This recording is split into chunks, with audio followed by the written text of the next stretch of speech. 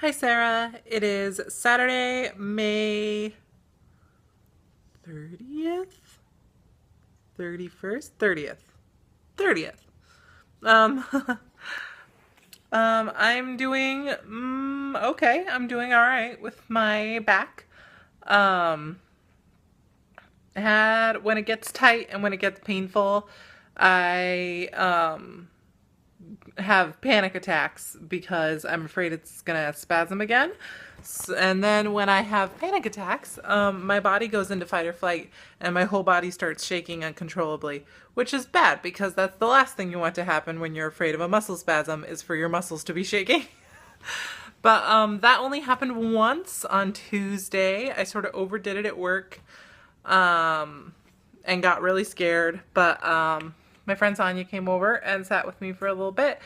And I calmed down and I felt better. And then, like the next day, I was a little scared again, but I managed to not freak out. So that was good. So I think I'm getting better. I've seen my chiropractor and she's been working the muscles that feel tight, which is good because at physical therapy, they're doing stuff about the discs, but they're not doing anything right now about the muscles. And the muscles are what hurt and what scare me. So hopefully I'm going to talk to them about that on Monday when I go to physical therapy.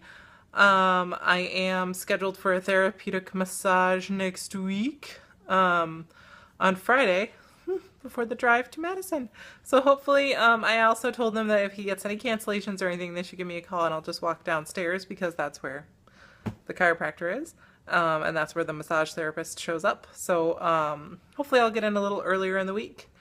And he will massage away all of my problems and all of my troubles.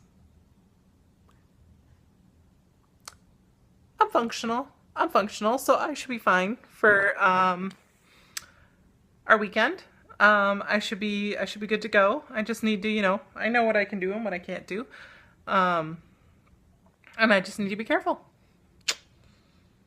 So, yeah, walking is fine. Today I went to Bachman's because I needed to repot my orchids. They haven't bloomed. The blooming sticks, I gotten real stick-like. And the roots were all over the place and out. And so I went to Bachman's and I said, this is what's happening. I have a grown-up orchid and a baby orchid and I need to repot them. And they said, oh, you have to put them in these little plastic pots before you put them in a pot, and you have to get special orchid pots that have slits in them so they can drain better, and we don't have those, and you should go to this orchid place that does have them. And I was like, okay, whatever. It's weird that you sell a bunch of orchids and orchid potting stuff, but you don't have the little plastic things. Get some. So they were like, here's the address of this place out in Plymouth that just does, or like they're an orchid place. They're called Orchids Unlimited. Plymouth is about, 30 minutes, whatever. I've never really gone out there before. So I drove out to Plymouth and they were like, you'll know it because there's alpacas in front. And I was like, where am I going? But I drove out. And there was a field with alpacas in front of it and a big greenhouse. And like a gravel driveway. And so I drove up and I'm like, this is a little weird. It's like somebody's house with a greenhouse. Like a big greenhouse? I don't know. But the door said entrance. So I walked in expecting like, I don't know, like an old lady or something. And it was definitely two hot hipster gay guys. And I was like, of course you raise orchids. Of course you do. You sweet, beautiful, beautiful men. This greenhouse is like Jumanji. It was so cool. And I really just wanted to like walk around and poke in all the nooks and crannies because it was just orchids everywhere. Orchids hanging from things. Orchids, they had like bark hanging from the ceiling with orchids growing out of the bark because I guess orchids grow on trees in the wild sometimes. And they had just like orchids and all these plants everywhere. And then like three tables, three long tables down the middle of the greenhouse. Wall, two in the middle, and then another one on the wall. Sorry, so four. But under the tables were like the purple, you know, the purple, it's not a philodendron, but it's just like a purple viney.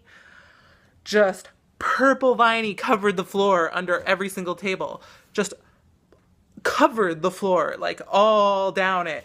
So like there's moss and things hanging from the ceilings and just stuff growing everywhere and all the stuff. It looked like Jumanji. It looked like Jumanji. And so I'm talking to him about my orchid and I'm like, this is what they said I needed? And he was like, cool. I'm like, I need to repot them. And he's like, oh, did you bring them? And I was like, oh no. And I didn't think to be like, I'll just have them repot it, because that would be a jerk move. But I guess that's what they were expecting. And so he's like, okay. He's like, well, so he gave me my pots. And then he's like, I'll mix you up some, he's like, what are they, a mulch? And I said, the bark. And I said, yeah. And he said, great, I'll make you a mix. And so then he went over and he like made me a mix in a bag. And we talked about, I'm like, this is where they're at. What do I do? And he's like, yeah, you can cut this and this and this and trim this and trim roots that look like this and trim your blooming sticks if they look like sticks, if they're not like a little bit green. He's like, just go ahead and trim them down. And I said, is it okay for the roots to be out? And he said, oh yeah. He's like, it's perfectly fine for the roots to be out. He's like, that's fine. Just, you know, if they get hollow or if they get mushy, he's like, just trim them and they'll grow new roots. So I said, okay. Went to Menards, got a long pot, and figured I'd just put both of my orchids in there together.